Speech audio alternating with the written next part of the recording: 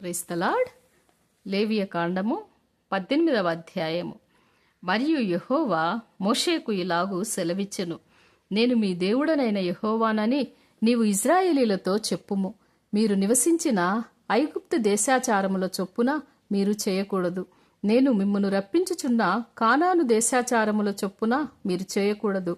వారి కట్టడలను బట్టి నడవకూడదు. మీరు నా విధులను గైకొనవలెను. నా కట్టడలను బట్టి నడుచుకొనుటకు వాటిని ఆచరింపవలెను. మీ దేవుడనగు నేను యెహోవాను.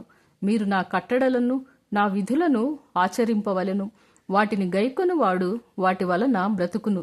నేను యెహోవాను. మీలో ఎవరును తమ రక్త సంబంధుల మానాఛాదనమును తీయుటకు వారిని సమీపింపకూడదు. నేను యెహోవాను.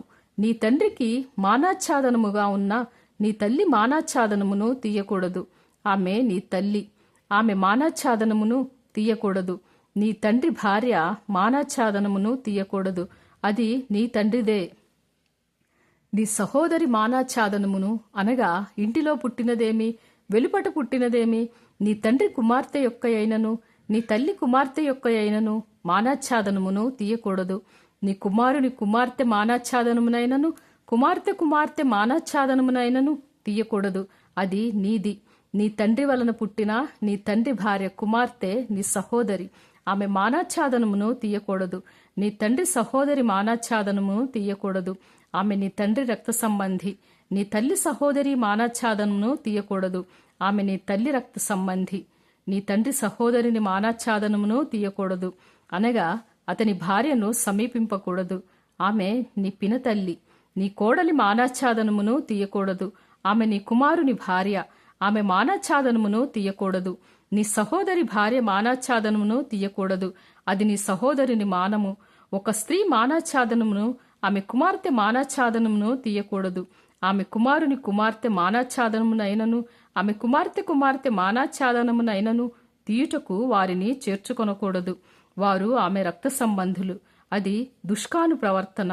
నీ భార్య బ్రతికియుండగా ఆమెను పీడించుటకు ఆమె సహోదరి మానాఛాదనమును తీయుటకు ఈమెను ఆమెతో పెండ్లి చేసి కొనకూడదు. అపవిత్రత వలన స్త్రీ కడగా ఉండునప్పుడు ఆమె మానాఛాదనమును తీయుటకు ఆమెను సమీపింపకూడదు. నీ పొరుగువాని భార్య యందు నీ వీర్యస్ఖలనం చేసి ఆమె వలన అపవిత్రత కలుగు చేసుకొనకూడదు. నీవు ఏమాత్రమును నీ సంతానమును మోలేకు నిమిత్తము అగ్నిగుండమును దాటనీయకూడదు. నీ దేవుని నామమును అపవిత్రపరచకూడదు. నేను యెహోవాను.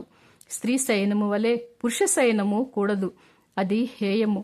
ఏ జంతువు నందును నీ స్ఖలనము చేసి దాని వలన అపవిత్రత కలుగజేసుకొనకూడదు.